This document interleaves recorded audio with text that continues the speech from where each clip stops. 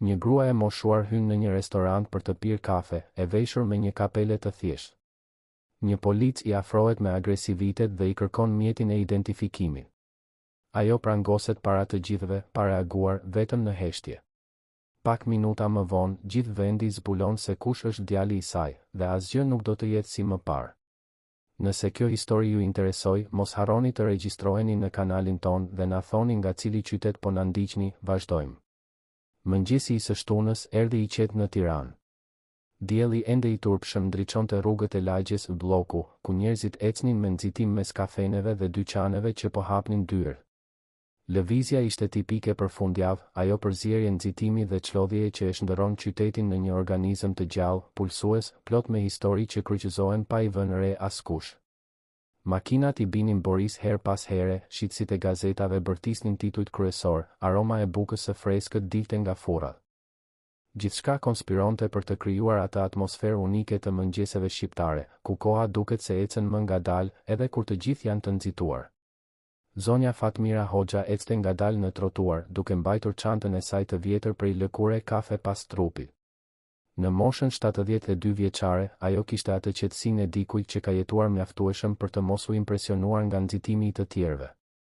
Kishte veshur një fustan të thjeshtë pambuku blu të errët, një xhaketë bezh me bërryla paksa të konsumuar nga koha dhe një kapele kashte që i mbronte fytyrën nga dielli i mëngjesit. Flokët e saj gri dukeshin anash, rebel dhe autentik, pa lyerje apo kotësi. Nuk kishte bishuteri në gishtat e saj, vetëm një rreth të thjesht ari që e mbante prej gati 50 vjetësh, që nga dita kur u martua me Agimin, bashkëshortin e saj, i cili ishte ndarë nga jeta 5 vjet më parë. Mungesa e tij ende dhemte, por zonja Fatmira kishte mësuar të jetonte me vetmin, duke e shndërruar atë në momente soditjeje të heshtur. Ajo ndaloi para kafes së Besnikut, një lokal modest që funksiononte aty prej më shumë se 20 vjetësh. Fasada ishte e thjeshtë, me tabela të zbehura dhe tavolina formika brenda. Asgjë e sofistikuar, por mikpritse. Vendi kishte atë sharmin e lokaleve të vjetra, ku koha dukej se kishte ndaluar diku në vitet 90 dhe askush nuk kishte ndjerë nevojën për të përditësuar asgjë. Muret ishin të dekoruara me foto të vjetra të Tiranës, duke treguar qytetin në dekadat e kaluara, kur gjithçka ishte ndryshe, por në një farë mënyre e njëjtë. Zonja Fatmira shtyu derën prej xhami dhe hyri brenda, duke ndjer aromën e njohur të kafesë së freskët të përzier me byrek të sapo pjekur. Disa tavolina ishin të zëna. Njerëzit bisedonin nën zë, të tjerë merreshin me celularet ndërsa prisnin porosi. Një çift i moshuar po ndante një copë kek. 2 djem po diskutonin për futbollin me një pasion të përmbajtur. Zonja zgjodhi një tavolinë në cep, pranë dritares. U ul me kujdes, vendosi çantën anash dhe mori frym thellë. Ky ishte rituali i saj i së shtunës. Një kafe e thjesht, vetëm, duke vëzhguar botën që kalonte. Nuk i duhej shumë. Vetëm ai moment paqeje, ai çast normaliteti që e bënte të ndihej pjesë e botës së thjeshtë, larg gjithçkaje që jeta e saj ishte bërë vitet e fundit. Larg përgjegjësive, pritshmërive, detyrimeve që vinin me mbiemrin që mbante. Atje, në atë kafe të thjesht, ajo ishte vetëm Fatmira. Vetëm një zonjë e zakonshme që pinte kafen e saj. Dhe kjo ishte çliruese. Kamarieri, një djalë i ri me përparse të bardhë, u afrua me një blok në dorë. Zonja Fatmira kërkoi një kafe me qumësht dhe një byrek me djath. Ai e shënoi dhe u kthye te banaku. Ndërsa priste, ajo shikoi nga dritarja. Pa një nën që mbante dorën e një fëmije të vogël, një burr me kostum që fliste në telefon, një qen që po shëtitej me rriv. Jeta në lëvizje. Histori që ajo nuk do t'i njihte kurrë. Kafja erdhi për pak minuta. Avulluese, me atë aromë që qetëson shpirtin. Zonja Fatmira e mbajti filxhanin ende të nxehtë mes duarve dhe mbylli syt për një sekondë, duke ndier nxehtësinë të depërtonte në lëkurë. Ishte mirë të ishe aty. Ishte mirë të ishe e padukshme. Ishte mirë të mos i shpjegoje asgjë askujt. Por paqja zgjati pak. Dera e kafenes u hap me forcë. 2 policë hyn brenda, të 2 me uniform, me shprehje serioze. Njëri prej tyre ishte më i moshuar, me mustaqe gri dhe qëndrim të ngurtë.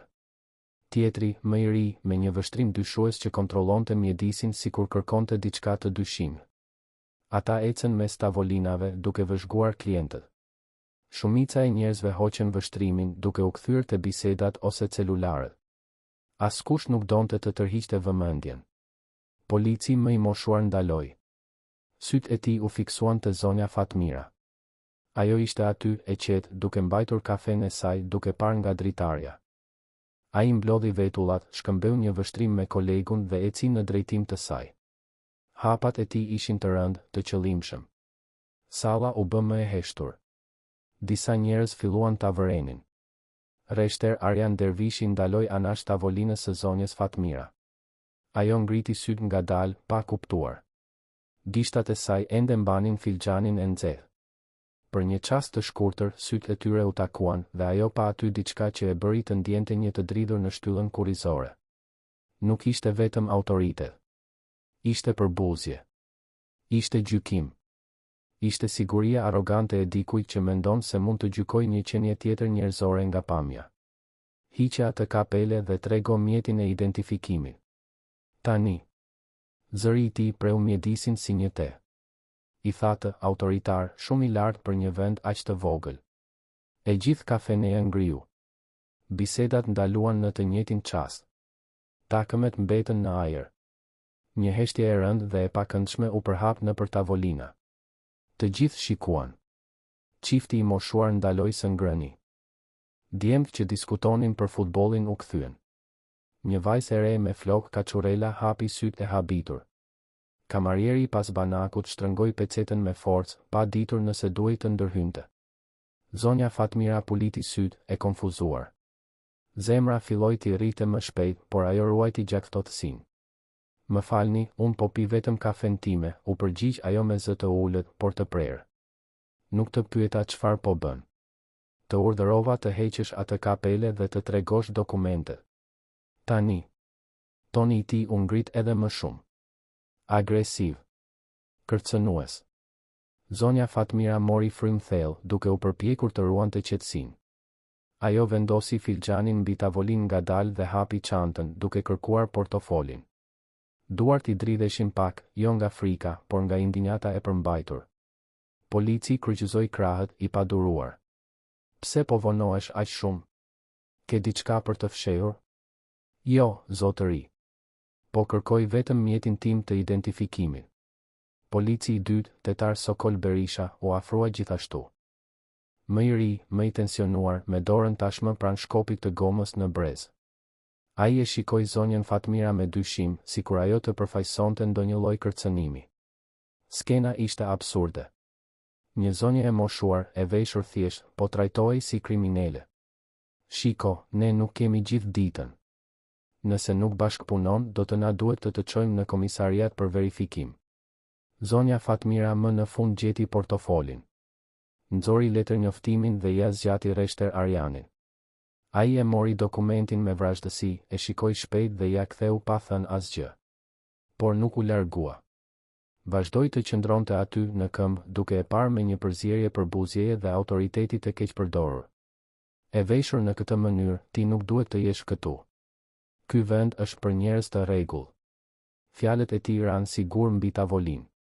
Zonja Fatmira ndjeu një shtrëngim në gjoks. Nuk ishte frikë. Ishte poshtërim. Ajo ngriti mjekrën dhe e shikoi drejt në sy. Unë jam njeri i rregull. Dhe kam çdo të drejtë të jem këtu. Reshteri bëri një buzëqeshje mos përfillse, mizore. Mori radion e fiksuar në supe dhe e aktivizoi. Centrali, këtu është patrulla 357. Kërkoj mbështetje te kafeja e Besnikut, te bloku. Një person i dyshimt refuzon të bashkëpunoj. Zëri nga radioja kërciti me një përgjigje të padëgjueshme. Zonja Fatmira ndjeu zemrën t'i rrite fort. Kjo po dilte jashtë kontrollit. Ajo nuk kishte bërë asgjë. Vetëm donte të pinte kafen e saj. Vetëm donte një moment paqeje. Unë e tregova mjetin tim. Nuk po refuzoj asgjë, tha ajo, duke e mbajtur zërin të qëndrueshëm. Këtë e vendosim ne. Ndërkohë, në një tavolinë pranë dritares, një burr me syze dhe flokë të shpupuritur po vëzhgonte gjithçka në heshtje. Bledar Gashi ishte 38 vjeç dhe punonte si gazetar investigativ për një portal lajmesh. Ishte aty rastësisht duke pirë kafen ndërsa rishikonte artikujt në laptop. Por kur pa mënyrën se si policët ju afruan të moshuarës, instinkti i tij profesional u aktivizua. Ai e njihte atë lloj situate. Abuzim me autoritetin i maskuar si ligj. Me kujdes, bledari mori celularin dhe filloi të regjistronte. Këndi ishte perfekt. Audioja e qartë. Ai e dinte se kjo mund të ishte e rëndësishme. Ndoshta shumë e rëndësishme. Dera e kafenes u hap përsëri. Një polic tjetër hyri me nxitim, më i ri se dy të parët, me fytyrë të tensionuar. Polic Ervin Meta shikoi rreshterin, i cili bëri një gjes duke treguar zonjën Fatmira. Polici eci drejt saj pa pyetur asgjë, pa kërkuar sqarime, vetëm duke zbatuar urdhrat. Zonjë, ju lutem, ngrihuni ngadalë dhe mbajini duart ku mund t'i shoh. Por unë nuk bëra asgjë. Unë po pi vetëm kafe. Do ta sqarojmë këtë në komisariat. Ngrihu. Zonja Fatmira u bin. U ngrit ngadalë, me dinjitet, pa ngritur zërin, pa bërë skena. Por brenda saj, diçka bërtiste. Polici mori prangat nga brezi. Disa njerëz në kafe vendosën duart në gojë. Një filxhan ra në tokë dhe u bë thërrime. Kamarieri pas banakut ngrihu, pa ditur çfarë të bënte. Kjo nuk është e nevojshme, tha zonja Fatmira me zë të ulët. Procedurë standarde. Prangat u mbyllën në kyçet e saj me një kërcitje metalike. Të ftohta. Përfundimtare. Poshtëruese. Zonja Fatmira mbylli syt për një sekond, duke marrë frym thellë. Ndjeu metalin e akullt pas lëkurës së saj të rrudhur, ndjeu peshën e padrejtësisë t'i shtrëngonte gjoksin. Ajo mendoi për djalin, se si ai do të tërbohej po ta merrte vesh. Mendoi për bashkëshortin e ndjer, si do të kishte reaguar ai. Mendoi për të gjitha herët në jetë kur i ishte dashur të gëlltiste poshtërime më të vogla, diskriminime të vogla, vështrime përballëse. Por kjo ishte ndryshe. Kjo i kalonte të gjithë kufi. Kafja që ajo priste aq shumë mbeti e harruar mbi tavolinë, ende e nxehtë, ende e paprekur. Një re e vogël avulli ngrihej nga lëngu i zi, indiferente ndaj dramës që po zhvillohej. Kapelja e kashtës vazhdonte në kokën e saj, dëshmitare e heshtur e një padrejtësie që po shpalosej pa fre. Reshter Arjani e kapi për krahu me forcë të tepruar dhe filloi ta nxirrte jashtë. Zonja Fatmira eci me kokën lart, duke refuzuar të ulte vështrimin. Ajo nuk kishte bërë asgjë të keqe. Nuk do të përkulej. Nuk do të lejonte që ata burra t'i vidhnin dinjitetin, edhe pse mund t'i vidhnin lirinë përkohësisht.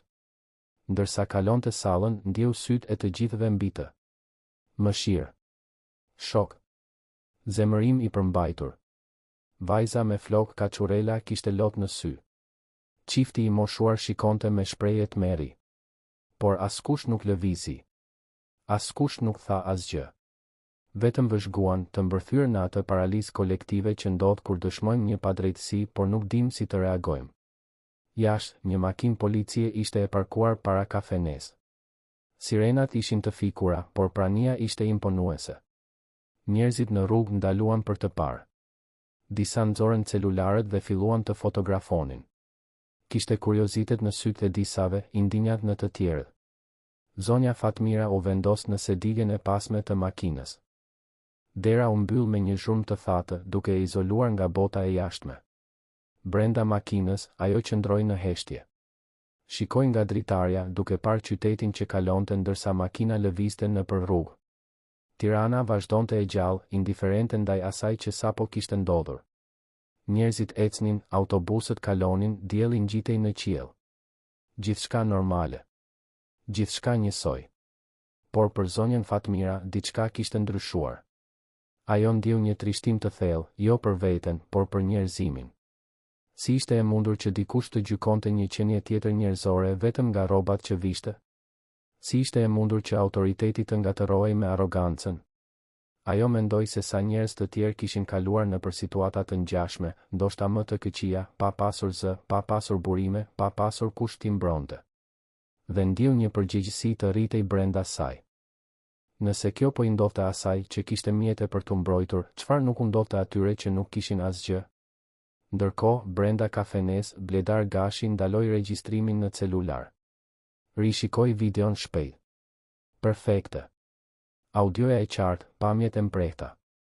Ai e dinte saktësisht çfarë të bënte. Hapi aplikacionin e mesazheve dhe ja dërgoi videon 3 kolegëve gazetar. Pastaj hapi Tikterin dhe postoi një fragment të shkurtër me mbishkrimin: abuzim me autoritetin në mes të ditës. Zonja Fatmira, kliente e kafes së Besnikut, prangoset pa asnjë arsye. #drejtësi për zonjën Fatmira. Në më pak se 5 minuta, videoja filloi të qarkullonte. Shpërndarje, komente të indinjuara, etiketime. Rrjetet sociale kanë memorie të shkurtër, por kur diçka prek plagën e duhur, reagimi është i menjëhershëm. Dhe kjo preku. Në makinën e policisë, zonja Fatmira vazhdonte të heshte. Reshter Arjani ngiste në heshtje, her pas here duke shkëmbyer vështrime me tetar Sokolin. Ata nuk e dinin, por në atë çast të saktë, karrierat e tyre ishin gati të ndryshonin përgjithmonë. Komisariati ndodhej në qendër të qytetit, një ndërtesë e vjetër me mure të çelta dhe korridore që mbanin erë letre të vjetër dhe kafeje të ringrohur. Kur makina ndaloi, zonja Fatmira u shoqërua brenda. Kaluan nga recepcioni, ku një punonjëse ngriti syt dhe u kthye te kompjuteri pa thënë asgjë. Ngjitën 2 kate shkallë deri në një dhomë të vogël, pa dritare, me një tavolinë metali dhe 3 karrige. Ulu, urdhëroi reshteri. Zonja Fatmira u ul. Prangat ishin ende në kyçet e saj. Ajo nuk u ankua. Vetëm priti. Tetar Sokoli doli nga dhoma, duke e lënë reshterin vetëm me të. Ai filloi të plotësonte një raport, duke gërvishtur letrën me forcë të tepruar, sikur të ishte i irrituar. Emri i plot: Fatmira Maria Hoxha. Adresa: Rruga e Akacieve, numri 234, Kodra e Diellit. Reshteri shënoi pa e parë.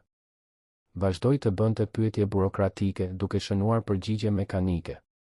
Zonja Fatmira u përgjigjej të gjithave me qetësi, pa ndryshuar tonin e zërit. Ajo e dinte se ky ishte një gabim.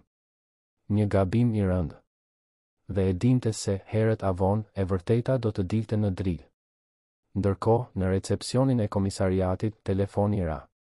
Punonjësja, Valbona Krasniqi, u përgjigj me tonin monoton të zakonshëm. Komisariati i qendrës, mirëmëngjes.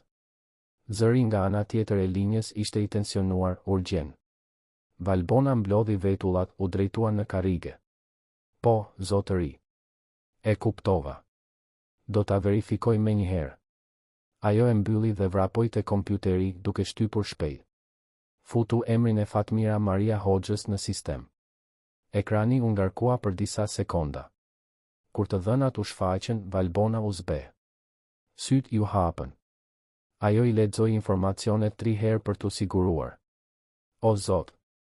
Ajo u ngrit me nxitim, pothuajse duke rrëzuar karrigen, dhe vrapoi shkallëve lart. Trokiti në derën e dhomës ku ndodhej kryekomisari Bujar Aliu, e prori i saj i drejt për drejt. Zotëri, duhet të flas me ju tani. Është urgjente. Kryekomisari ngriti syt nga letrat, i irrituar nga ndërprerja. Çfarë ka, Valbona? Zonja që sapo erdhi. Fatmira Maria Hoxha. Duhet ta shihni këtë. Ajo i zgjati një flet të printuar me të dhënat e sistemit. Kryekomisari e mori dhe filloi të lexonte. Ndërsa syt e tij përshkonin rreshtat, shpreha e tij ndryshoi. Surprizë. Pastaj shqetësim. Së fundi, alarm absolut. Thirr komandantin. Tani. Valbona doli duke vrapuar. Kryekomisari i rilexoi të dhënat duke marrë frym thellë. Kjo ishte shumë më e madhe nga sa i imagjinonte. Shumë më e madhe. Dhoma e komisariatit ishte e ftohtë dhe jo personale. Mure të lyrë me një jeshile të zbetë, një llampë fluoreshente që pulsonte her pas here dhe një tavolinë metali e gërvishtur në mes. Zonja Fatmira qëndronte e ulur, prangat ende në kyçet e saj, duke vëzhguar rreshter Arjanin të plotësonte formularët me një ngadalësi irrituese.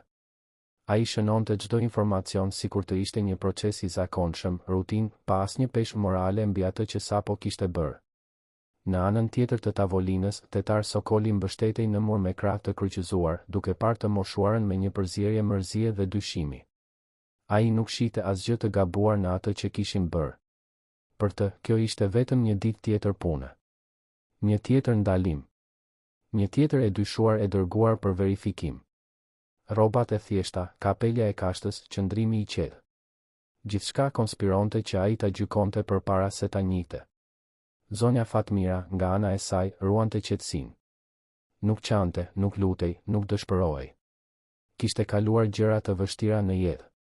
Kishte humbur bashkëshortin, ishte përballur me sëmundje, kishte të i kaluar humbje që shumë kush nuk do të mund t'i përballonte. Kjo ishte ndryshe. Ishte e padrejtë. Ishte poshtëruese. Por ajo e dinte se e vërteta përfundimisht do të dilte në drilë. Gjithmonë dilte. Reshter Arjani futi të dhënat e saj në sistem dhe priti.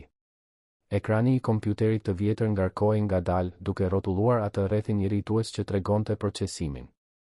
Ai trokiti gishtat mbi tavolinë, i paduruar. Tetar Sokoli hapi gojen duke u dëfryer. Asnjëri prej tyre nuk e imagjinonte se çfarë ishte gati të ndodhte. Ndërkohë, jashtë komisariatit, bota ishte tashmë në lëvizje. Videoja e Bledar Gashit kishte shpërthyer në rrjetet sociale. Në vetëm 30 minuta, kishte më shumë se 50.000 shikime në Twitter. Komentet shumë fishoheshin çdo sekondë. Njerëz të indinjuar, të revoltuar, të shokuar. Hashtaget filluan të lindnin organikisht, drejtësi për zonjën Fatmira, abuzimi politikor Tiranë, kapelja nuk është krim. Historia po fitonte forcën e saj, e ushqyer nga zemërimi kolektiv kundër padrejtësive që shumë kush i kishte përjetuar ose dëshmuar. Bledar Gashi, ende te kafeja e Besnikut, shkruante me furi në laptopin e tij. Ai kishte telefonuar kolegët gazetar, u kishte dërguar videon portaleve të lajmeve, kishte aktivizuar kontaktet në lëvizjet sociale. E dinte se ky rast kishte potencial të bëhej diçka shumë më e madhe. Dhe kishte të drejtë. Në më pak se një orë, videoja tashmë po shpërndahej nga profile të mëdha, influencues digital dhe madje edhe politikan që pan aty një mundësi për të mbajtur qëndrim. Brenda komisariatit, recepcionistja Valbona Krasniqi u kthye duke vrapuar nga zyra e kryekomisar Bujar Aliu. Fytyra e saj ishte e zbeth, sytë e hapur. Ajo mbante një flek të printuar në duart që i dridheshin dhe ngjiste shkallët pothuajse duke u penguar në këmbët e veta. Arriti te dhoma ku po pyetej zonja Fatmira dhe trokiti në derë me urgjencë. Reshter Arjani ngriti syt, i irrituar nga ndërprerja. Çfarë ka tani? Duhet të flas me ju. Tani. Është urgjente. Ai pshërtiu, u ngrit nga karrigia dhe doli nga dhoma, duke mbyllur derën pas vetes. Valbona e kapi për krahu me forcë. Reshter, duhet ta shihni këtë. Gruaja që sollët. Fatmira Maria Hoxha. Shihni të dhënat që sapo erdhën nga sistemi. Ajo i zgjati fletën. Reshteri e mori me përbuzje, sikur po humbiste kohë me budallallqe. Por kur sytë e tij filluan të përshkonin informacionet, shpreha e tij ndryshoi. Së pari, konfuzion. Pastaj, mosbesim. Së fundi, panik absolut. Kjo nuk mund të jetë e saktë. Duhet të jetë gabim i sistemit. Nuk është gabim, Reshter. E konfirmova 3 herë. Është ajo vetë. Duart e tij filluan të dridheshin. Letra pothuajse i ra në tokë. Ai i rilexoi informacionet duke shpresuar të gjente ndonjë pasaktësi, ndonjë detaj që do të vërtetonte se ky ishte një keqkuptim. Por nuk kishte gabim. Çdo resht konfirmonte të vërtetën shkatëruese. Fatmira Maria Hoxha. 72 vjeç. Banuese në Kodrën e Diellit, Tiranë. Veja e Agim Hoxhës. Nëna e Dritan Hoxhës. Dritan Hoxha. Emri bëri jehon në mendjen e Reshterit si një bubullim. Ai e njihte atë emër. Çdo polic në Tiranë e njihte. Dritan Hoxha ishte sipërmarrësi përgjegjës për furnizuesin më të madh të teknologjisë së sigurisë në qytet. Sisteme komunikimi, pajisje gjurmimi, programe të analizës kriminale, kamera me definicion të lartë. Gjithçka që policia përdorte vinte nga kompania e tij. Më shumë se aq, Dritani kishte shpëtuar jetë. Kishte investuar miliona në pajisje që kishin lejuar shpëtime në situata kritike, çaktivizimin e kërcënimeve, mbrojtjen e agjentëve në operacione të rrezikshme. Reshter Arjani ndjeu toka t'i ikte nën këmbë. Thirr komandantin. Menjëherë. Valbona tashmë po vraponte përsëri drejt telefonit. Reshteri u kthye në dhomë, duke u përpjekur të kontrollonte panikun. Shikoi zonjën Fatmira, e cila qëndronte e ulur, e qetë, me prangat ende në kyçet e saj. Ajo ngriti sytë dhe e vështroi. Nuk kishte zemërim në vështrimin e saj. Vetëm një trishtim të thellë dhe një zhgënjim që priste më thellë se çdo britm. Tetar Sokoli e vuri re tensionin. Çfarë ka, Reshter? Ndodhi diçka? Mbylle gojën. Vrazhdësia e përgjigjes e zuri Sokolin në befasi. Ai qëndroi në heshtje, por shqetësimi filloi të rritej brenda tij. Diçka ishte gabim. Shumë gabim. 15 minuta më vonë, dera e komisariatit u hap me forcë. General Skënder Kastrati hyri i shoqëruar nga 2 oficer të larë. Ai ishte 58 vjeç, me flok gri të prerë shkurt, qëndrim ushtarak të patëmet dhe një prani që heshte çdo mjedis. Të gjithë policët në recepcion u ngritën automatikisht kur ai kaloi. Bisedat ndaluan. Ajri u bë më i rëndë. General Kastrati ngjiti shkallët me hapa të prerë, fytyra e tij ishte e ngurtësuar në një shprehje që përziente seriozitetin dhe shqetësimin. Arriti te dhoma ku ndodhej zonja Fatmira dhe hapi derën pa trokitur. Hyri brenda, shikoi rreth e rrotull dhe sytë e tij më në fund ranë mbi të moshuarën e ulur, të prangosur me kapelen e kashtës ende në kokë. Koha ndaloi. Generali mori frymë thellë, mbylli sytë për një sekondë sikur i duhej të mblidhte veten, dhe pastaj bëri diçka që shokoi të gjithë të pranishmin. Eci drejt zonjës Fatmira, ndaloi para saj dhe u ul në gjunjë. Gjuri i tij i djathtë preku dyshemen e ftohtë të betonit me një zhurmë të thatë që bëri jehon në dhomën e heshtur. Reshter Arjani dhe tetar Sokoli mbetën të paralizuar, pa kuptuar çfarë po ndodhte. Komandanti, ai burr që përfaqësonte autoritetin maksimal, ishte në gjunjë para një gruaje që ata e kishin trajtuar si kriminale. General, çfarë po bëni? Zëri i generalit doli i ulët, por i ngarkuar me emocion të përmbajtur. Zonja Fatmira, ju kërkoj ndjes në emër të institucionit. Kjo nuk duhej të kishte ndodhur kurrë. Zonja Fatmira e shikoi me një përzierje surprize dhe kuptimi. Ajo e njihte atë burr. Dritani, djali i saj, e kishte përmendur emrin e tij disa herë. Skënder Kastrati. Komandanti që gjithmonë falenderonte për pajisjet, që njihte se sa jetë kishte shpëtuar teknologjia e ofruar, që respektonte thellësisht punën e Dritanit. General, ju lutem, ngrihuni. Këtu nuk është vendi për këtë. Ai u ngrit ngadalë, ende dukshëm i prekur. Pastaj u kthye nga 2 policët dhe shprehja në fytyrën e tij ndryshoi plotësisht. Mirësia i la vendin tërbimit të përmbajtur. Kush do të më shpjegoj se si është e mundur që nëna e njeriut që pajis gjithë policin ton të jetë e prangosur në këtë komisariat sikur të ishte një kriminale? Reshter Arjani u gëlltit me vështirësi. U përpoq të fliste, por fjalët nuk i dilnin. Tetar Sokoli shikoi dyshemen, i path të përballej me generalin. Unë pyeta. Zëri i bubulloi nëpër dhomë. Bëri jehon nëpër korridore. Policë të tjerë u afruan te dera, kureshtar të frikësuar. Zotëri, ne po bënim një ndalim rutin te kafeja e Besnikut. Ajo ishte veshur në mënyrë të dyshimt dhe të dyshimt? Tër dyshimt. E veshur në mënyrë të dyshimt do të thotë çfarë, saktësisht? Një fustan i thjeshtë? Një kapele kashte? Rroba modeste? Reshteri u përpoq të vazhdonte, por generali e ndërpreu. Ju prangosët një zonjë 72 vjeçare, që nuk ofroi rezistencë, që nuk kishte kryer asnjë krim, vetëm sepse gjykuat pamjen e saj. Ju shkelët të gjitha protokollet e ndalimit, po shtëruat një qytetare pa asnjë arsye dhe ende patët guximin ta sillnit këtu sikur të ishte një kriminale. Heshtja që pasoi ishte shurdhuese. Generali mori frymë thellë, duke u përpjekur të kontrollonte zemërimin. Pastaj u kthye përsëri nga zonja Fatmira. Hiqani ato pranga. Tani. Reshter Arjani u bind me duar që i dridheshin. Hapi prangat dhe ato ranë në tokë me një zhurmë metalike. Zonja Fatmira masazhoi kyçet ngadalë, duke ndier lehtësimin nga presioni. Shenja të kuqe mbetën në lëkurë ku metali ishte shtrënguar. Zonja Fatmira, ju keni çdo të drejtë të padisni këtë institucion. Çdo të drejtë. Dhe unë nuk do t'ju fajsoja po ta bëni. Ajo e shikoi me ato sy të qetë, plot me një urtësi të grumbulluar gjatë dekadave. General, unë nuk dua të padis askën. Dua që kjo të shërbej si mësim. që njerëz të tjerë të mos kalojnë atë që kalova unë. Sepse nëse kjo më ndodhi mua që kam burime dhe zë, imagjinoni se çfarë u ndodh atyre që nuk kanë asgjë. Fjalët e saj prenë më thellë se çdo akuzë formale që mund të bëhej. Generali pohoi me kokë, duke ndier peshën e së vërtetës në ato fjali të thjeshta. Jashtë komisariatit, tashmë kishte filluar të mblidhej një turm e vogël.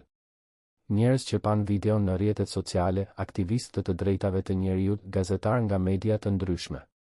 Kamerat e televizioneve tashmë po montoheshin. Pankartat filluan të shfaqeshin. Presioni social rritej çdo minutë. Brenda dhomës, generali u kthye nga 2 policët. Ju jeni të pezulluar, efektivisht, që nga ky moment do të ketë një hetim të plotë. Dhe në varësi të rezultateve do të përballeni me proces administrativ dhe mundësisht penal për abuzim me autoritetin. Tetar Sokoli Uzbe. Reshter Arjani ndjeu këmbët t'i dridheshin.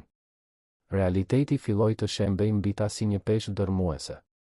Karrierat e tyre, reputacioni i tyre, jetët e tyre. Gjithçka e kërcënuar nga disa minuta arrogancë dhe paragjykim. Zonja Fatmira u ngrit ngadalë, rregulloi xhaketën dhe vendosi çantën në supe. Shikoi 2 policët që e kishin poshtëruar dhe, për një moment, ndjeu diçka të afërt me mëshirën. Jo sepse ata nuk meritonin pasoja, por sepse shitet e ata reflektimin e një sistemi më të madh, një kulturë të rrënjosur të gjykimit të njerëzve nga pamja, të ngatërimit të autoritetit me fuqinë për të poshtëruar. General, do të dëshiroja të shkoja në shtëpi tani. Sigurisht, zonja Fatmira. Unë vetë do t'ju shoqëroj. Ata dolën nga dhoma së bashku. Zbritën shkallët në heshtje. Kur arritën në recepcion, të gjithë policët e pranishëm u ngritën në një respekt automatik, por të vonuar. Zonja Fatmira kaloi mes tyre pa thënë asgjë, duke ruajtur qëndrimin dinjitos që nuk e kishte humbur kurrë, as kur ishte e prangosur. Kur doli nga komisariati, ajo u prit nga dritat e kamerave dhe britmat e mbështetjes nga turma e vogël që tashmë ishte formuar. Drejtësi për zonjën Fatmira, kur më, respekt për të moshuarit. Zërat përzieshin në një kor indinjate kolektive. Bledar Gashi ishte aty, me kamerë në dorë. Kur pa zonjën Fatmira duke dalë dhe shoqëruar nga komandanti, e dinte se kishte edhe një pjesë tjetër të rëndësishme të historisë. Vazhdoi të regjistronte. General Kastrati e shoqëroi zonjën Fatmira deri te një makinë zyrtare. Hapi derën e pasme për të me mirësjellje, priti që ajo të sistemohej dhe hyri anash shoferit. Ndërsa makina largohej nga komisariati, ai u kthye nga ajo. Zonja Fatmira, unë e kam njohur djalin tuaj në disa raste. Dritani është një burr i jashtëzakonshëm. Puna e tij ka shpëtuar jetë të panumërta. Teknologjia që ai na ka ofruar na ka mundësuar të kryejmë operacione që do të ishin të pamundura ndryshe. Mirënjohja që kam për të është e pamas. Dhe të dish se nëna e tij kaloi nëpër këtë në duart e vartësve të mi është diçka që do ta mbaj me shumë dhimbje. Ajo e shikoi me kuptueshmëri. General, djali im nuk ka nevojë ta di këtë. Ai ka tashmë aq shumë shqetësime. Me gjithë respektin, zonja Fatmira, por mendoj se e gjithë bota tashmë e di. Videoja është në të gjitha rrjetet sociale. Edhe lajmet tashmë po e mbulojnë. Zonja Fatmira pshertiu. E dinte se Dritani do të tërbohej. Jo për të, por për padrejtësinë. Djali i saj kishte trashëguar nga jati atë ndjenjë të mprehtë të drejtësisë, atë paftësi për të pranuar të gabuarën pa reaguar. Dhe ajo e dinte se, kur ai ta zbulonte, do të kishte pasoja. Makina vazhdoi nëpër rrugët e Tiranës në drejtim të lagjes, kodra e diellit. Dielli tashmë ishte më lart në qiell, duke ndriçuar qytetin që vazhdonte ritmin e tij normal, i pavetëdijshëm për dramën që ishte zhvilluar orët e fundit. Zonja Fatmira shikonte nga dritarja, duke parë njerëzit që ecnin, duke jetuar jetët e tyre, secili duke mbajtur historitë e veta, peshat e veta. Kur arritën te shtëpia e saj, një rezidencë e bukur me kopsht të mirë mbajtur, generali zbriti dhe hapi derën për të. Zonja Fatmira doli nga makina me të njëjtin dinjitet si gjithmonë. Faleminderit, general. Ju nuk keni për çfarë të më falenderoni. Jam unë ai që ju kërkoj ndjes përsëri. Ajo pohoi me kokë dhe eci në drejtim të portës. Generali qëndroi aty duke e vëzhguar ndërsa ajo hynte në shtëpi, duke mbajtur peshën e turpit institucional që ai mëngjes kishte krijuar. Brenda shtëpisë, zonja Fatmira hoqi kapelen, vendosi çantën në divan dhe shkoi në kuzhinë. Përgatiti një kafe të re. Këtë herë, në paqe, pa ndërprerje. Por ndërsa pinte lëngun e nxehtë dhe të hidhur, e dinte se kjo ishte larg përfundimit. Dritan Hoxha ishte në një mbledhje kur celulari i tij filloi të dridhej vazhdimisht. Ai shikoi me vrap ekranin, pa disa njoftime që shfaqeshin në të njëjtën kohë dhe mblodhi vetullat. Në moshën 45 vjeçare, Dritani ishte një burr me prani mbresëlënëse. I gjatë, me shpatulla të gjera, flokë të errët me disa fije gri të tëmthat, sy kafe intensiv që i kishte trashëguar nga ema. Kishte veshur një kostum blu të errët të patëmet dhe drejtonte atë sallë mbledhjesh me të njëjtin autoritet natyral që aplikonte në të gjitha aspektet e jetës së tij. Mbledhja po zhvillohej në katin e 12 të ndërtesës korporative të Hoxha Tech Solutions, kompani që ai e kishte themeluar 15 vjet më parë. Rreth tavolinës prej xhami, 5 ekzekutiv prezantonin raporte tremujore, projeksione rritjeje dhe propozime zgjerimi. Dritani dëgjonte me vëmendje, duke bërë pyetje të sakta, duke shënuar vëzhgime. Por dridhjet e celularit nuk ndalonin. "Më falni," tha ai, duke marrë pajisjen. Hapi ekranin dhe pa 10 mesazhe në WhatsApp. Thirrje të humbura. Njoftime nga Titer. Emaile urgjente.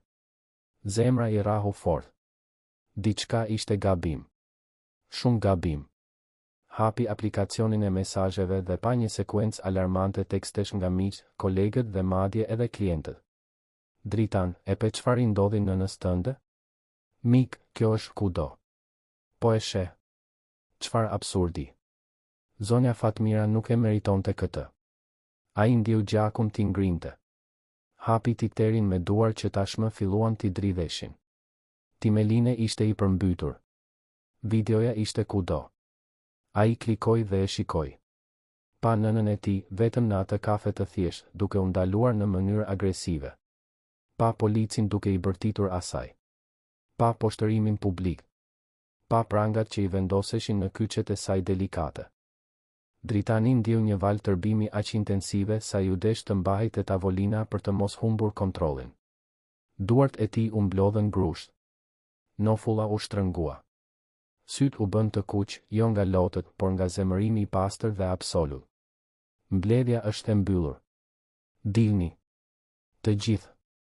Por zotëri, kemi ende, thash që është e mbyllur. Zëri i tij shpërtheu në përdhom. Ekzekutivët u ngritën me nxitim, duke marrë laptopët dhe dosjet, duke dalë në heshtje. Dera u mbyll, duke e lënë Dritanin vetëm. Ai e shikoi videon përsëri. Dhe përsëri. Çdo shikim ushqente tërbimin në rritje brenda tij. Mori celularin dhe formoi numrin e nënës. Ra 3 herë. Askush nuk u përgjigj. Formoi përsëri. Asgjë. Paniku filloi të përzihej me zemërimin. Ku ishte ajo? A ishte mirë? A ishte lënduar? Telefonoi në shtëpinë e saj përmes telefonit fiks. Ra disa herë derisa më në fund një zë u përgjigj. Alo? Nën. Nën, a je mirë? Çfarë ndodhi? Dritan, biri im, jam mirë. Jam vetëm e lodhur. Si do të thotë e lodhur? Unë e pash videon. Pash gjithçka. Ata të poshtër të prangosën. Të trajtuan si kriminele. Dritan, të lutem, mos u shqetëso. Kaloj. Jam në shtëpi. Jam mirë. Nuk kaloj asgjë. Kjo nuk do të mbetet me kaq. Do t'i padis ata policë, do të padis gjithë komisariatin, do të bëj që ata të paguajnë për çdo sekond poshtrimi që të shkaktuan. Biri im, dëgjo. E di që je i zemëruar. E kuptoj. Por hakmarrja nuk do të zgjidhë asgjë. Nuk është hakmarrje, nën. Është drejtësi. Nga ana tjetër e linjës, zonja Fatmira Pshertiu. E njihte djalin shumë mirë. E dinte se kur Dritani vendoste diçka, asgjë në botë nuk e bënte të ndryshonte mendje. Ai e kishte trashëguar atë vendosmëri të egër nga jati, atë paftësi për të pranuar padrejtësitë pa reaguar. Dritan, më premto se nuk do të bësh asgjë të nxituar. Të premtoj se do të bëj gjithçka brenda ligjit. Por do ta bëj, nën. Kjo nuk mund të mbetet pa u ndëshkuar. Ai e mbylli duke marrë frymë rëndë. Eci deri te dritarja e zyrës dhe shikoi qytetin poshtë. Tirana shtrihej para tij, e zhurmshme, plot jetë. Diku atje, policët mendonin se mund të poshtëronin njerëz të pafajshëm pa pasoja. Mendonin se autoriteti do të thoshte fuqi e pakufizuar. Ishin gati të zbulonin se ishin shumë të gabuar. Dritani mori përsëri telefonin dhe telefonoi avokatin e tij personal, avokat Ilir Spahiu, një nga juristët më të respektuar në Shqipëri. Ilir, më duhesh në zyrën time. Tani. Dritan, jam në një seancë. A mund të presësh deri, nuk mund të presësh. Është për nënën time. E pe videon? Pati një pauzë nga ana tjetër. E pash. Gjysma e vendit tashmë e ka parë. Do ta anuloj seancën. Jam aty për 20 minuta. Ndërsa priste, Dritani filloi të bënte telefonata. Së pari ministrit të brendshëm, me të cilin kishte kontakt të drejtpërdrejt për shkak të partneriteteve tregtare. Pastaj gazetarëve investigativ që njihte. Më pas organizatave të drejtave të njeriut. Ai po ndërtonte një strategji duke mobilizuar burime, duke përgatitur terrenin për një përgjigje që do të ishte e pamundur të injorohej. 23 minuta më vonë, avokat Ilir Spahiu hyri në zyrë. Ai ishte 60 vjeç, me flokë krejtësisht të bardhë, syze me skelet ari dhe një reputacion të patëmet të ndërtuar gjatë 3 dekadave karrierë. Mbante një dosje lëkure dhe një shprehje serioze.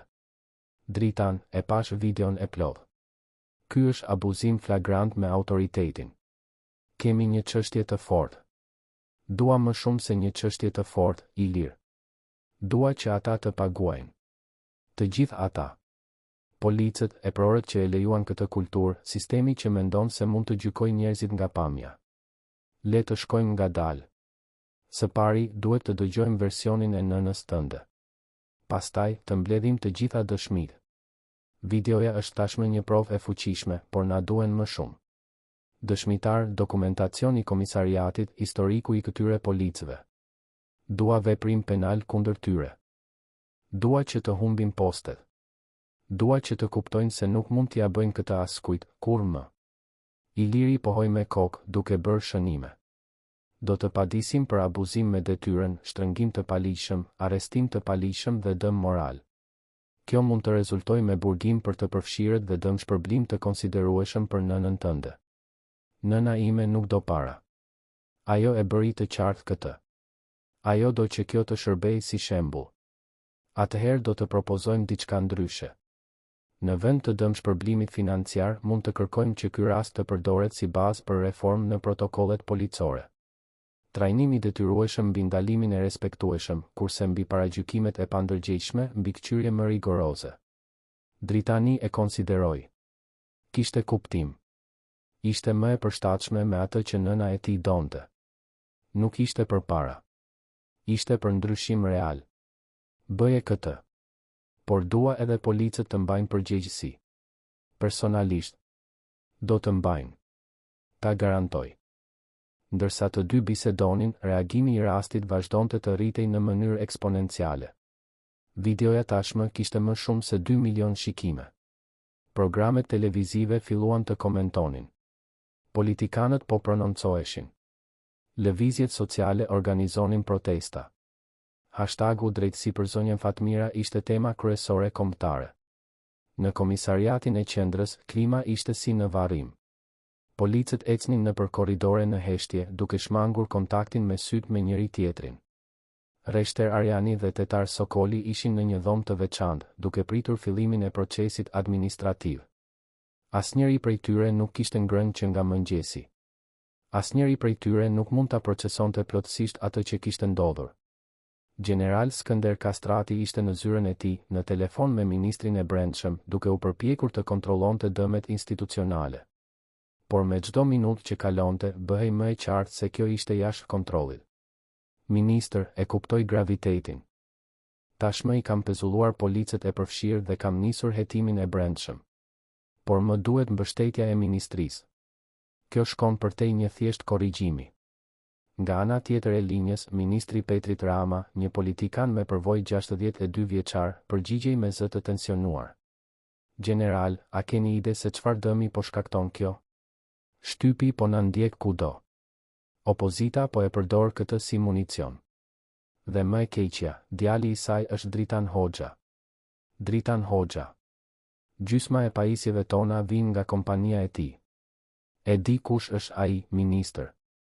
Dhe e di që kjo do të ketë pasoja të mëdha. Pasoja? Kjo do të jetë një katastrofë. Përgatituni sepse do të ketë komision hetimor parlamentar, hetim nga prokuroria, auditim të plotë. Dhe nëse nuk tregojmë ndëshkim shembullor, do të humbasim çdo kredibilitet. E kuptoj, zotëri. Dhe ka edhe më shumë. Mora një telefonat nga vetë Dritan Hoxha para një ore. Ai është i tërbuar. Foli për anulimin e të gjitha kontratave me qeverinë nëse nuk ka drejtësi të plotë.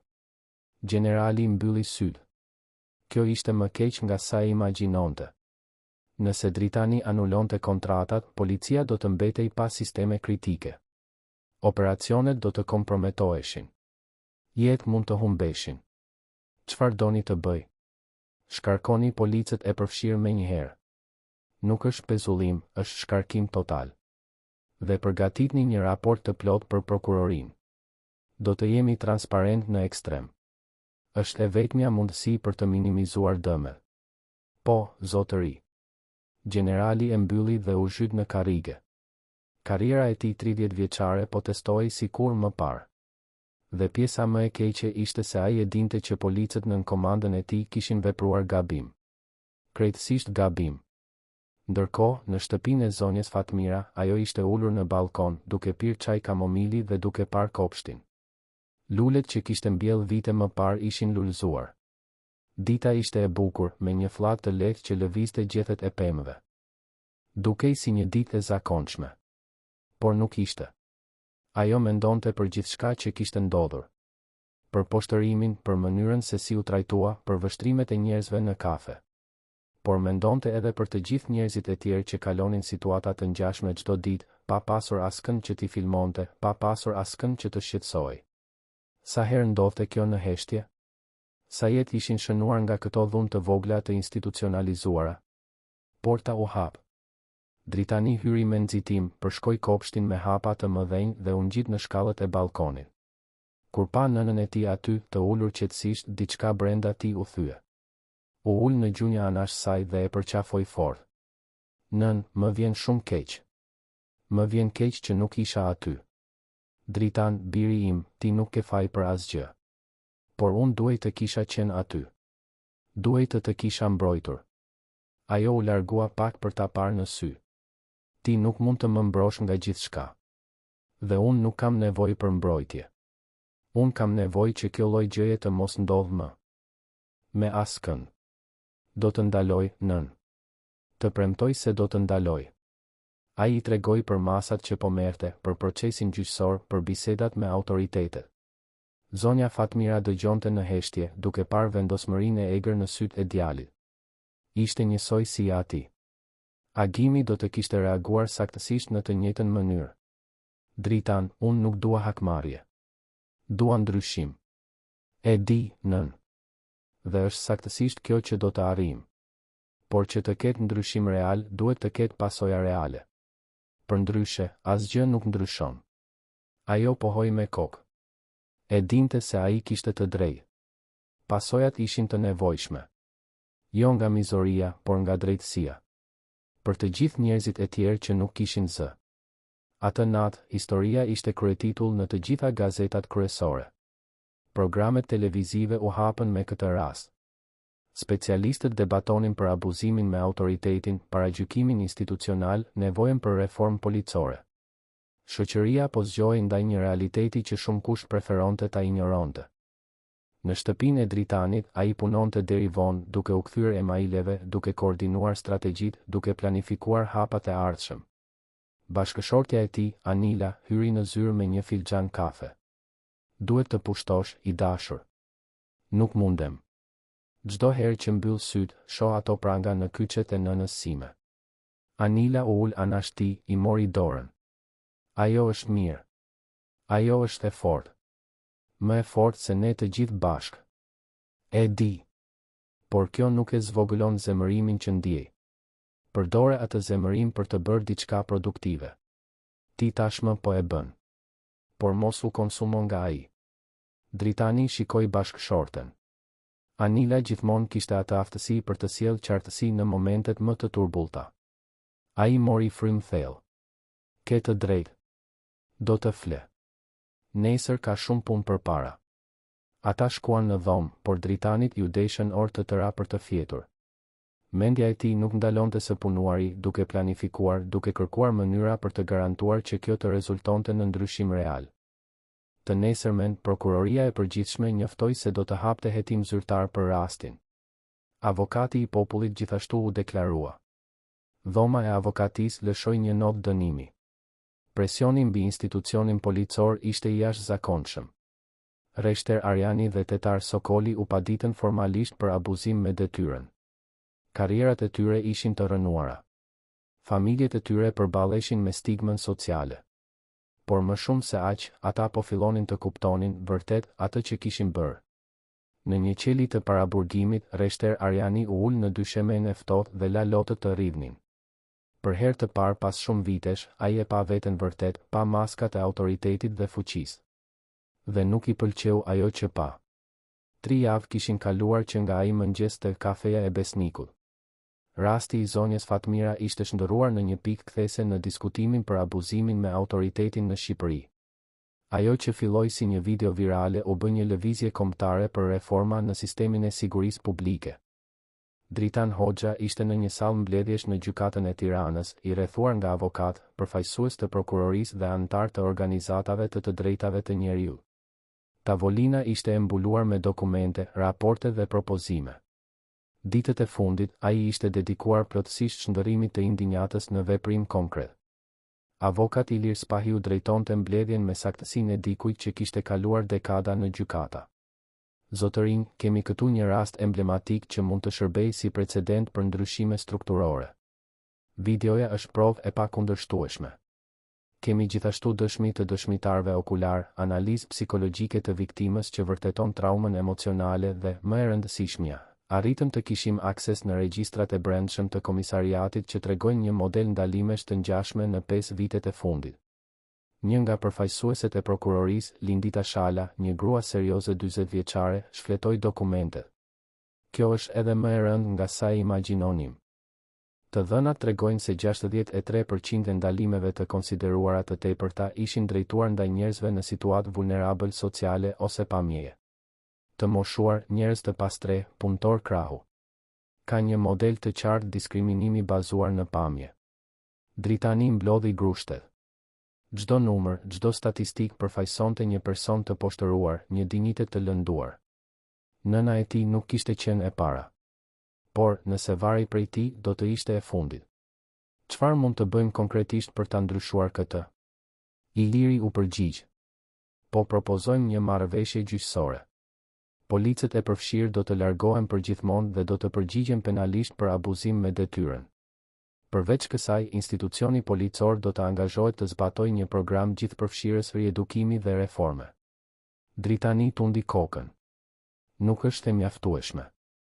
Largimi i 2 policëve nuk e ndryshon kulturën që e lejoi këtë. Na duhet diçka më e madhe. Lindita Shala ra dakord. Saktësisht. Prandaj po propozojmë krijimin e një programi pilot të quajtur Protokolli Fatmira. Do të jetë një grup udhëzimesh të detyrueshme për të gjitha ndalimet policore në vend, me fokus në respektin, dinjitetin dhe prezumimin e pafajësisë reale, jo vetëm teorike. Dritani u anon përpara, i interesuar. Vazhdoni. Programi do të përfshijë trajnim 3 mujor të detyrueshëm mbi paragjykimet e pandërgjegjshme, teknikat e ndalimit jo dhunshëm, komunikimin e respektueshëm dhe pasojat ligjore për diskriminim. Përveç kësaj, çdo ndalim policor do të regjistrohet me kamera trupi, pa përjashtim. Regjistrimet do të jenë të disponueshme për auditim publik. Do të ketë rezistencë, komentoi një nga avokatët e pranishëm. Sigurisht që do të ketë, u përgjigj Dritani. Por nuk më intereson. Kjo duhet të ndodhë. Ndërsa mbledhja vazhdonte në anën tjetër të qytetit, te kafeja e Besnikut, diçka po ndryshonte gjithashtu. Lokali që më parë ishte vetëm një kafe e zakonshme, ishte bërë një simbol. Njerëzit vinin nga gjithë qyteti për të njohur vendin ku ndodhi gjithçka. Pronari, zoti Besnik, një burr 58 vjeçar që e mbante kafen prej 2 dekadash, mezi po e procesonte shndërrimin. Ai kishte vendosur një pllakë të vogël diskrete pranë tavolinës ku zonja Fatmira ishte atë ditë. Fjalët ishin të thjeshta por të fuqishme, dinjiteti nuk gjykohet nga pamja. Respekti është e drejtë e të gjithëve. Atë pasdite, zonja Fatmira vendosi të kthehej në kafe. Jo sepse i duhej të vërtetonte diçka, por sepse refuzonte të lejonte që ajo përvojë t'i vidhte një nga kënaqësitë e pakta të thjeshta që kishte ende. Dritani u ofrua ta shoqëronte, por ajo e refuzoi me mirësjellje. Kjo ishte diçka që duhej ta bënte vetë. Kur hyri te kafeja e Besnikut, e veshur me të njëjtin fustan të thjeshtë dhe të njëjtën kapele kashte, gjithë mjedisi ndaloi. Të gjitha bisedat u ndërpren. Të gjithë njerëzit u kthyen. Për një moment, heshtja ishte absolute. Pastaj, një person filloi të duartrokiste. Një tjetër u bashkua. Dhe një tjetër. Për sekonda, e gjithë kafeneja ishte në këmbë, duke duartrokitur. Zonja Fatmira ndjeu sytë t'i mbusheshin me lot, por ruajti gjaktotësinë. Tundi kokën duke falënderuar dhe eci deri te e njëjta tavolinë ku kishte filluar gjithçka. U ul me kujdes, vendosi çantën anash. Zoti Besnik erdhi personalisht të sillte porosinë e saj. Zonja Fatmira, është nder t'ju kemi përsëri. Kafja është nga shtëpia. Gjithmonë do të jetë. Shumë i sjellshëm, zoti Besnik. Por preferoj të paguaj. Dua që gjithçka të jetë saktësisht siç ishte më parë. Ai buzëqeshi, duke e kuptuar. Solli kafen me qumësht dhe byrekun. Këtë herë, ajo mundi të pinte në paqe, duke shijuar çdo gëllënjk, duke vëzhguar njerëzit, duke u ndier përsëri pjesë e botës. Në një tavolinë pranë, Bledar Gashi, gazetari që kishte regjistruar videon origjinale, po vëzhgonte skenën. Ai nuk ishte aty rastësisht. Javët e fundit, ai ishte dedikuar investigimit të rasteve të ngjashme, duke e shndërruar atë episod në një seri raportimesh mbi abuzimin me autoritetin. Puna e tij po gjeneronte debate të rëndësishme, duke hapur hapësirë për biseda që më parë fshieshin në rrugic. Ai ju afrua zonjës Fatmira me respekt. Zonja Fatmira, emri im është Bledar Gashi. Isha unë ai që regjistrova videon atë ditë. Ajo e shikoi me ato sy të qetë. E di kush jeni. I lexova raportimet tuaja. Janë të rëndësishme. Faleminderit. Doja t'ju kërkoja ndjes nëse në ndonjë mënyrë ekspozimi ju ka shkaktuar shqetësim. Nuk më shkaktoi. Ju bëta atë që ishte e drejtë. Ndonjëherë, e vërteta duhet të shihet që të besohet. Bledari buzëqeshi, i lehtësuar. A mund t'ju bëj një pyetje? Pse vendosët të ktheheni këtu? Sepse nuk mund të lejoj që ato pak minuta poshtrimi të më vjedhin diçka që e dua. Kjo kafe është pjesë e rutinës sime, e jetës sime. Nëse unë pushoj sa ardhuri, do t'u jepja atyre një fuqi që nuk meritojnë ta kenë. Përgjigja ishte e thjeshtë, por e thellë. Bledari bëri shënime mendore, duke e ditur se ato fjalë meritonin të shpërndaheshin. Ndërkohë, në një dhomë terapie në qendër të Tiranës, Arjan Dervishi ishte i ulur në një koltuk të pakëndshëm, para një psikologe të quajtur Dorteuta Murati. Ishte pjesë e marrëveshjes gjyqësore. Për të pasur çfarëdo mundësie shlyerjeje, ai duhej të kalonte nëpër terapi të detyrueshme, të përballej me paragjykimet e tij, të kuptonte rrënjët e sjelljes së tij. Arjan, më trego për atë ditë. Ai pshërtiu rënd. E kishte treguar atë histori aq shumë herë javët e fundit sa fjalët tashmë dilnin automatike. Pash një grua të veshur thjesht. Gjyvova se ajo ishte jashtë vendit të duhur. Veprova bazuar në atë gjykim. Dhe pse menduat se ajo ishte jashtë vendit të duhur? Sepse ajo nuk dukej se i përkiste atij mjedisi. Çfarë do të thotë ti përkasësh? Pyetja e la pa përgjigje. Për herë të parë, ai vërtet ndaloi të mendonte se çfarë do të thoshin ato fjalë. Kush vendos se kush i përket ku? Bazuar në çfarë? Rroba? Pamje? Klasë sociale? Nuk e di, pranoi ai, dhe për herë të parë kishte sinqeritet të vërtet në zërin e tij.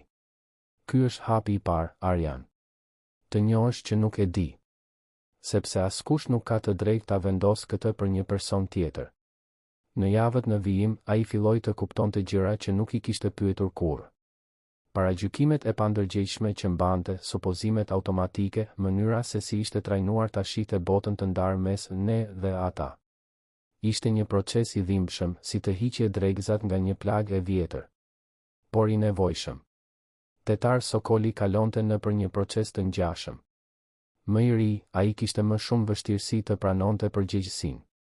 Ende përpiqej të justifikojë, të fajsonte sistemin, të thoshte se po zbatonte vetëm urdhrat.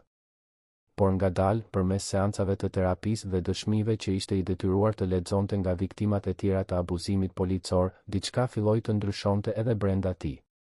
Ndërkohë, protokolli Fatmira filloi të merrte formë. Ishin muaj diskutimesh, rregullimesh, rezistencash dhe përparimesh.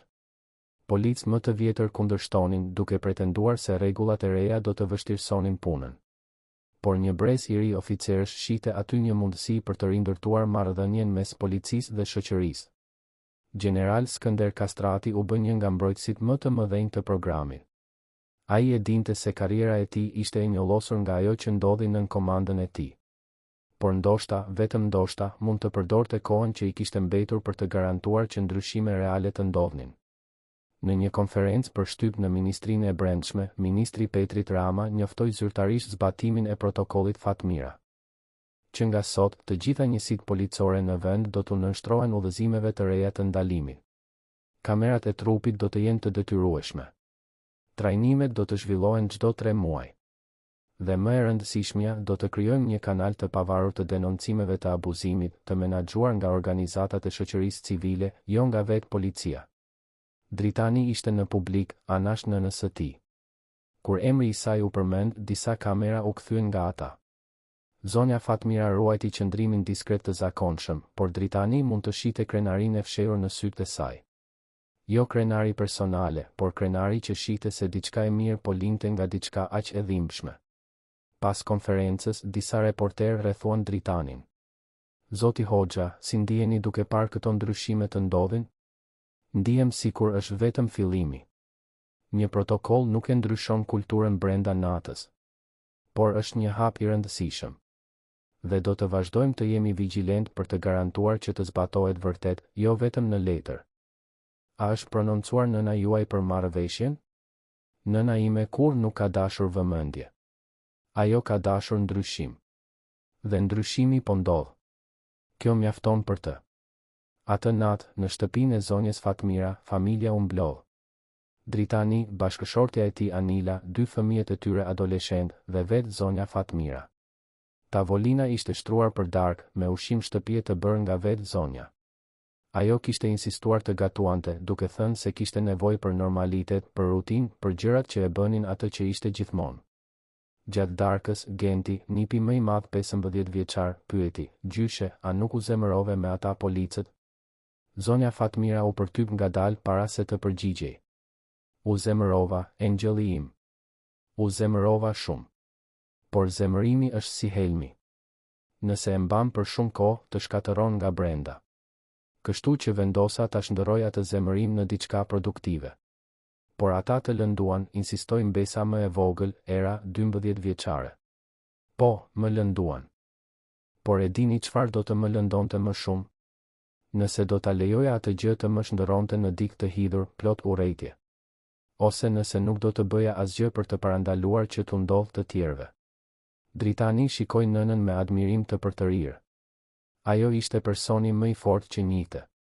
Jo nga forca fizike, por nga forca e karakterit, nga aftësia për të përshkuar stuhit dhe për të dalë në anën tjetër ende e plot, ende e dhembshur, ende njerëzore. Nën, faleminderit. Për çfarë, biri im? Që më mësove se çfarë do të thotë vërtet të jesh i fortë. Ajo buzëqeshi, i shtrëngoi dorën. Ti e mësove nga baba yt. Ai ishte i tillë. I prerë kur duhej të ishte, por kur mizor. I drejtë, por i dhembshur. Biseda vazhdoi gjatë natës, e lehtë, ngushëlluese. Dhe për herë të parë pas javësh, të gjithë aty mundën të merrnin frymë me pak më shumë qetësi, duke e ditur se diçka po ndryshonte, ngadalë, por po ndryshonte. 2 muaj më vonë, grupi i parë i policëve përfundoi trajnimin e protokollit Fatmira. Diplomimi u zhvillua në auditorin e Akademisë së Sigurisë. Zonja Fatmira ishte e ftuar të fliste. Ajo hezitoi për ditë të tëra, por dritani e bindi se zëri i saj ishte i rëndësishëm. Kur u ngjit në skenë para 300 policëve me uniformë, ajo ndjeu peshën e vështrimeve. Disa ishin respekti, të tjerë kureshtjeje, disa ndoshta pa kënaqësie. Por ajo mori frymë thellë dhe filloi të fliste. Zotërinë dhe zonja polic, jam këtu sot jo për t'ju gjykuar, por për të ndarë një përvojë. Atë ditë në kafe, unë nuk u trajtova si qytetare. U trajtova si e dyshuar. Jo sepse bëra diçka të gabuar, por sepse dikush vendosi, bazuar në pamjen time, që unë nuk meritoja respekt. Auditori ishte në heshtje absolute. E di që puna juaj është e vështirë. E di që përballeni me rreziqe që shumica prej nesh nuk do t'i përballoj kurrë. Por kjo nuk justifikon gjykimin e njerëzve para se t'i njihni. Nuk justifikon poshtërimin. Nuk justifikon harresën që çdo person që ndaloni është dikush. Është fëmia i dikujt, prindi i dikujt, ka histori, ka dinjitet. Disa policë shikonin poshtë, të pakëndshëm. Të tjerë mbanin sytë e fiksuar te ajo. Ajo që kërkoj prej jush nuk është perfeksioni. Është ndërgjegjja. Është të ndaloni për një sekond para se të veproni dhe të pyesni, apo e trajtoj këtë person siç do të dëshiroja të trajtonin nënën time? Biri tim? Veten time? Nëse përgjigja është jo, atëherë diçka është gabim. Kur mbaroi së foluri, pati një heshtje të shkurtër. Pastaj, ngadalë, duartrokitjet filluan. Jo të gjithë, por shumë. Dhe në ato duartrokitje, kishte njohje, kishte pranim, kishte premtim për t'u përpjekur për të qenë më të mirë. Zonja Fatmira zbriti nga skena dhe u kthye në vendin e saj anash dritanin. Ai ia mbajti dorën, krenar. Ishe e mrekullueshme, nën. Thash vetëm të vërtetën. Është ajo që kam bërë gjithmonë. 6 muaj kishin kaluar që nga ai mëngjes që ndryshoi gjithçka. Vjeshta kishte ardhur në Tiranë duke sjell temperatura më të buta dhe një qiell me një blu të thellë që kornizonte qytetin si një pikturë. Pemët e lagjes bloku fillonin të humbnin gjethet e tyre duke krijuar tapete të artë në trotuare. Dhe te kafeja e Besnikut, jeta vazhdonte, por e shndërruar. Zonja Fatmira ruante ritualin e saj të së shtunës. Çdo javë, në të njëjtën kohë, e veshur me rroba të thjeshta dhe kapelen e saj të kashtës, ajo hynte në atë kafe që ishte bërë më shumë se një vend për të pirë kafe. Ishte një simbol. Një kujtesë e gjallë se dinjiteti nuk negociohet dhe respekti nuk gjykohet nga pamja. Atë mëngjes specifik, megjithatë, diçka ndryshe po ndodhte. Zoti Besnik kishte organizuar një ngjarje të vogël. Asgjë madhështore, asgjë që të tërhiqte vëmendje të tepërt. Vetëm një moment festimi diskret për atë që ai vend ishte bërë. Një hapësirë ku të gjithë ishin të mirëpritur, pavarësisht se si visheshin, nga vinin apo sa para kishin në xhep. Kur zonja Fatmira hyri, gjeti kafen të dekoruar në mënyrë të thjeshtë. Disa lule në tavolina, një kek shtëpie në banak dhe fytyra të njohura që ishin bërë pjesë e rutinës së saj të re. Bledar Gashi ishte atje, tashmë një mik që e vizitonte rregullisht për biseda që shkonin shumë përtej gazetarisë. Çifti i moshuar që dëshmoi gjithçka ishte aty gjithashtu, si dhe vajza me flok kaçurela që qau atë ditë. Zonja Fatmira, këta muaj na kanë mësuar shumë, filloi zoti Besnik. Kjo kafe ekziston prej 23 vitesh. Ka shërbyer mira kafe, ka pritur mira njerëz. Por kur nuk ka pasur një qëllim aq të qartë sa tani. Të jetë një vend ku të gjithë janë të barabartë. Ku respekti është monedha më e vlefshme. Ajo buzëqeshi, e prekur nga thjeshtësia e sinqertë e atyre fjalëve. U ul në tavolinën e saj të zakonshme dhe këtë herë, kafja e saj erdhi e shoqëruar nga një kartolinë e vogël. Ajo e hapi dhe lexoi fjalët e shkruara me dorë nga 10 klientë të rregull. Mesazhe mirënjohjeje, mbështetjeje, njohjeje. Secili duke treguar se si historia e saj kishte prekur jetët e tyre, kishte zgjuar ndërgjegje, kishte ndryshuar perspektiva. Ndërkohë, në anën tjetër të qytetit, në Akademinë e Sigurisë, një ceremoni e rëndësishme po zhvillohej. 450 policë po diplomoheshin në programin e plotë të protokollit Fatmira. 6 muaj trajnim intensiv, jo vetëm mbi teknikat e ndalimit, por mbi empatin, humanizmin dhe kuptimin e vërtetë të shërbimit dhe mbrojtjes. General Skënder Kastrati ngjitej në skenë për të mbajtur fjalimin e diplomimit. Në moshën 60 vjeçare, ai e dinte se kjo do të ishte një nga kontributet e tij të fundit, domethënë para daljes në pension. Por çfarë kontributi po ishte? Zotërinë dhe zonja polic, sot ju nuk po merrni vetëm një certifikat. Po bëni një zotim. Një zotim për të kujtuar se pas çdo ndalimi, ka një qenie njerëzore me histori, me familje, me dinitet. Protokolli Fatmira nuk është vetëm një grup rregullash. Është një ndryshim i mentalitetit. Është zgjedhja për të parë personin para se të gjykoni pamjen. Ai bëri një pauzë duke parë nga publiku. E di që disa prej jush ende rezistojnë. Mendoni se këto udhëzime pengojnë punën. Por unë ju them, bazuar në 3 dekada karrierë, respekti nuk pengon efikasitetin. Humanizmi nuk komprometon sigurinë.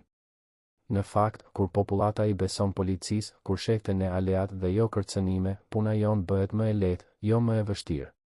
Duartrokitjet ishin të sinqerta. Jo të gjithë duartrokitnin me entuziazëm, është e vërtetë.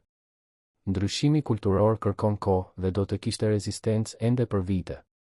Por diçka po lëvizte në drejtimin e duhur. Mes të diplomuarve ishte një polic e re 26 vjeçare e quajtur Luiza Berisha. Ajo kishte hyrë në akademi menjëherë pasi rasti i zonjës Fatmira u bë publik. Për të, protokolli Fatmira nuk ishte një imponim. Ishte arsyeja pse kishte zgjedhur atë karrierë.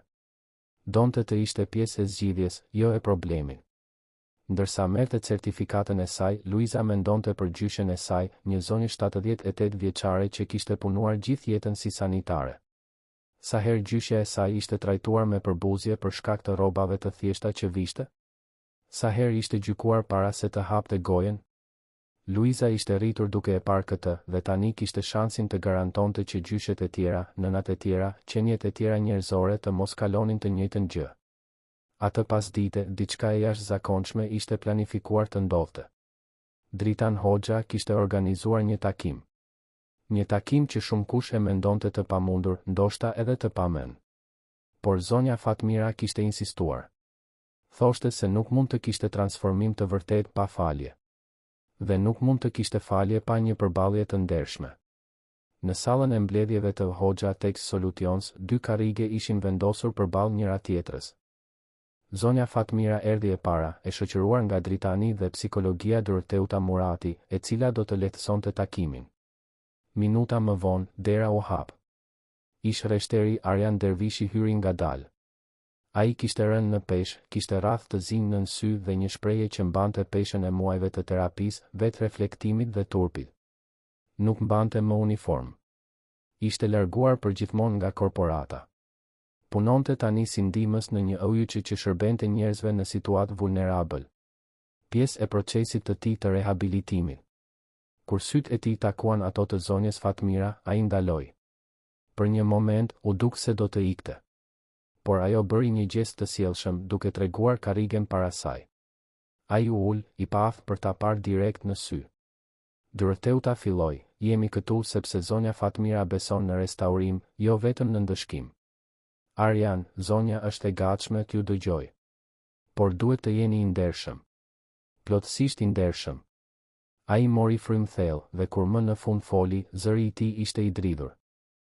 Zonja Fatmira, unë kalova 6 muaj duke u përpjekur të kuptoja pse bëra atë që bëra. Në fillim, u përpoqa të justifikohesha. Thash se po zbatoja protokollin që kisha përvojë që dija të identifikoja të dyshuarit. Por e gjithë kjo ishte gënjeshtër. E vërteta është se unë ju gjyvova. Ju gjyvova sepse ju ishit e veshur thjesht. Ju gjyvova sepse ishit vetëm. Ju gjyvova sepse në një moment të jetës sime mësova t'i ndaja njerëzit në kategori. Dhe ju vendosa në kategorinë e gabuar. Lotët filluan të rridhnin në fytyrën e tij. Nuk kam justifikim. Nuk kam shpjegim. Isha mizor me dikë që nuk meritonte mizori. Ju hoqa lirin, dinitetin, ju trajtova si më pak se njerëzore. Dhe pjesa më e keqe është se as nuk ishte hera e parë. Sa njerëz të tjerë kam trajtuar kështu gjatë viteve? Sa poshtërime të shkaktuara nga paragjykimi im i maskuar si autoritet? Zonja Fatmira e dëgjonte në heshtje. Dritani, anash saj, kishte grushtet e mbledhura, por respektonte procesin. Unë nuk pres falje. Nuk e meritoj. Por dua që ta dini se çdo ditë zgjohem me peshën e asaj që bëra.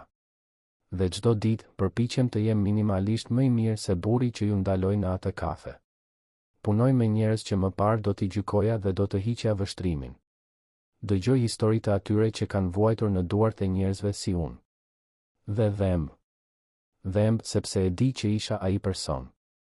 Dhe e vetmja mënyrë për të jetuar me këtë është të përpiqem, në një farë mënyre, të rregulloj atë që theva. Heshtja që pasoi ishte e rëndë.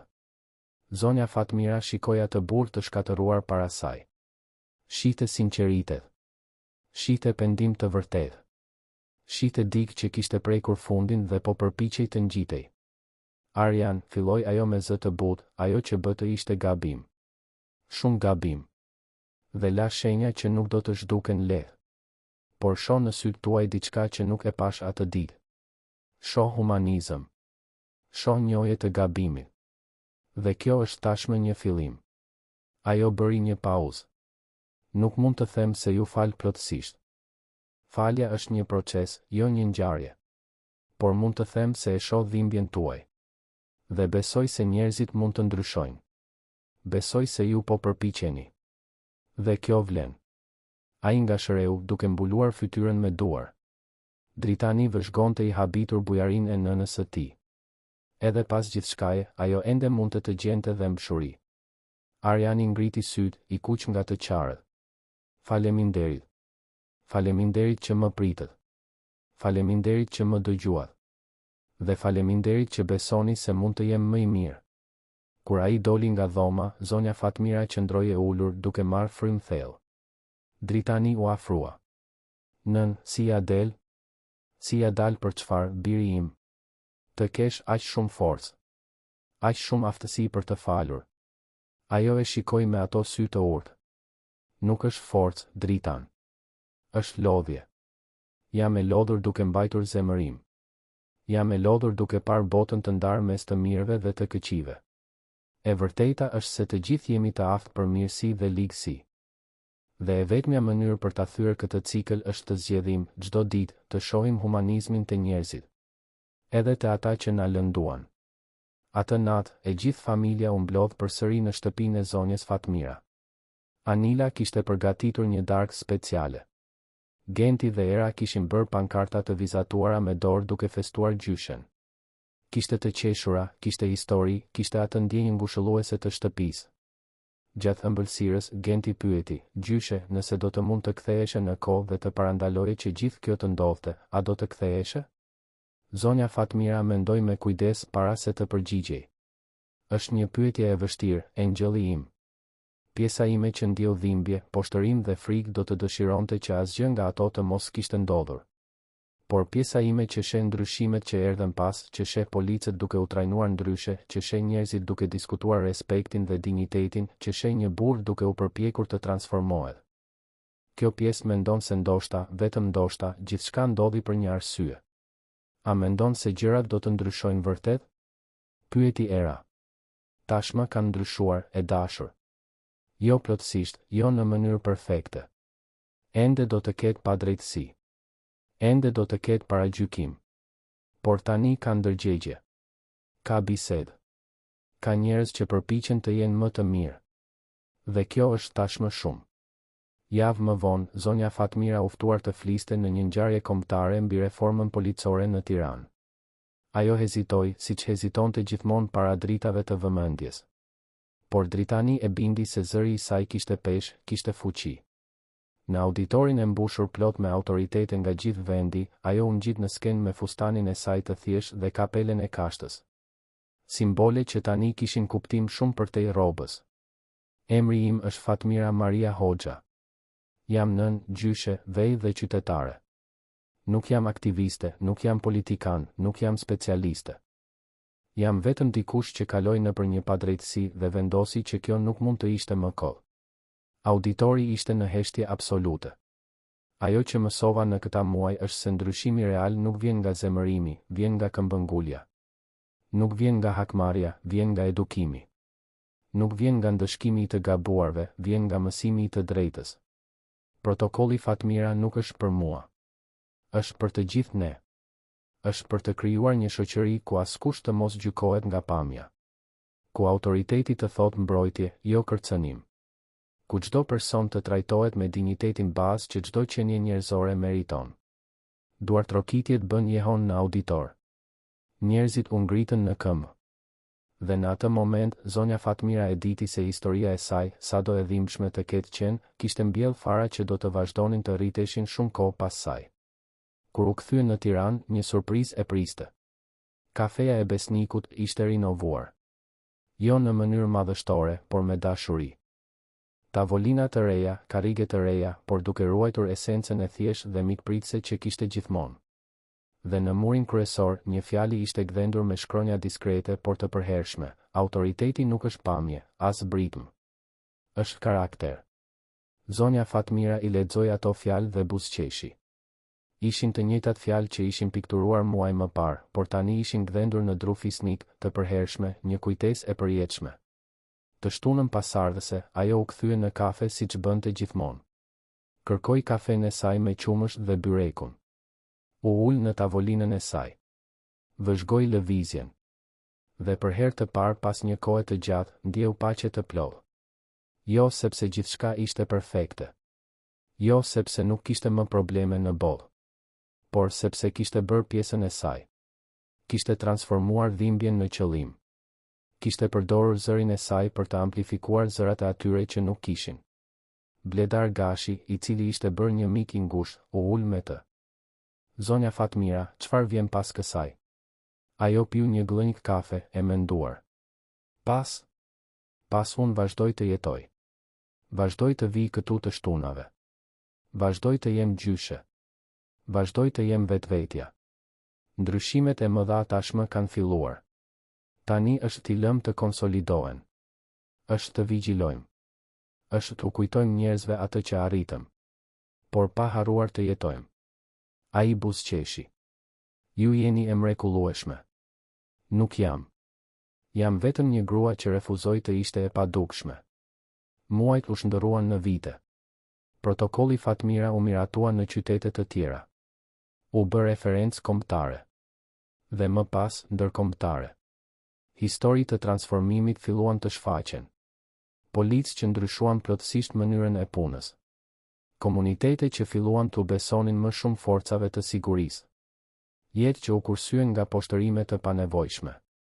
Ish Reshter Arjani vazhdoi punën e tij në ujqë. Kur më nuk veshi uniform policore. Por gjeti qëllim në ndihmën e saktësisht njerëzve që më pari gjykonte. Dhe ndonse kur nuk u bë mik me zonjën Fatmira, kishte respekt reciprok. Njohje se të dy kishin rritur me atë përvojë. Dritani zgjeroi programet e kompanisë së tij për të përfshirë teknologji që promovonin transparencën dhe përgjegjësinë policore.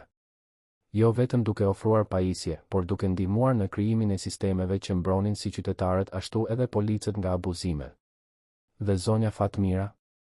Ajo vazhdoi të ishte saktësisht kush ishte gjithmonë. Një zonjë e thjeshtë që donte kafen e saj të së shtunës, nipërit e saj, kopshtin e saj. Por tani mbante diçka më shumë. Mbante një urinë se një person i zakonshëm mundet, po, të ndryshoj botën. Jo vetëm. Jo me njëherë. Por me guxim, këmbëngulje dhe refuzimin për të pranuar padrejtësinë si normale. Në një të shtunë me diell, 5 vjet pas asaj dite fatkeqe, zonja Fatmira plotësonte 77 vjeç. Kafeja e Besnikut organizoi një festim të vogël. Asgjë të egzageruar, siç kërkonte ajo gjithmonë.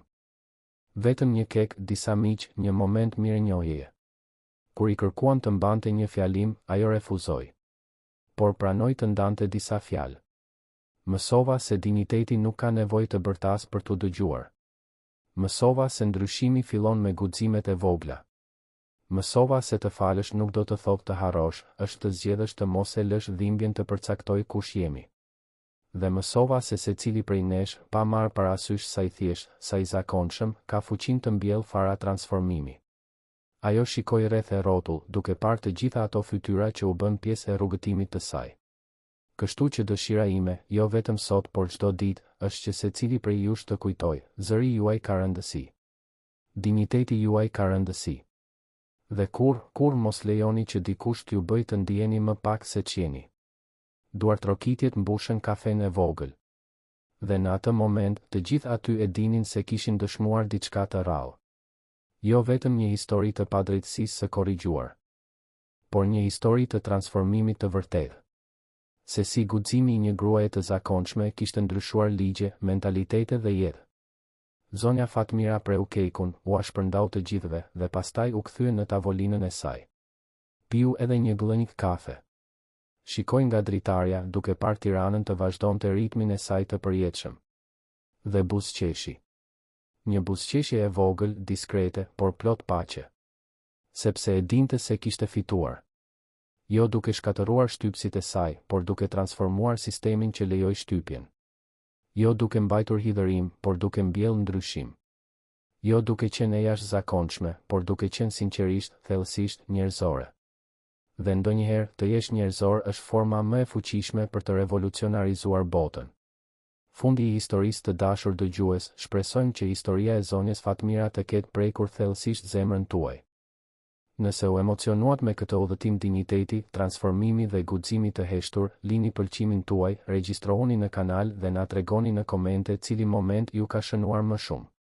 A ishte kafja e ndërprerë? A ishte falja e vështirë? A ishte transformimi i Arjanit? Çdo ditë sjellim histori intensive si kjo, që zbulojnë anën më të thellë dhe më të vërtetë të shpirtit njerëzor. Histori që na bëjnë të reflektojmë se kush jemi dhe kush mund të bëhemi. Ju presim në episodin e radhës me një tjetër rrëfim që do të trazoj emocionet tuaja dhe do t'ju bëj të besoni se ndryshimi, sa do i vështirë të duket, është gjithmonë i mundur. Shihemi së shpejti.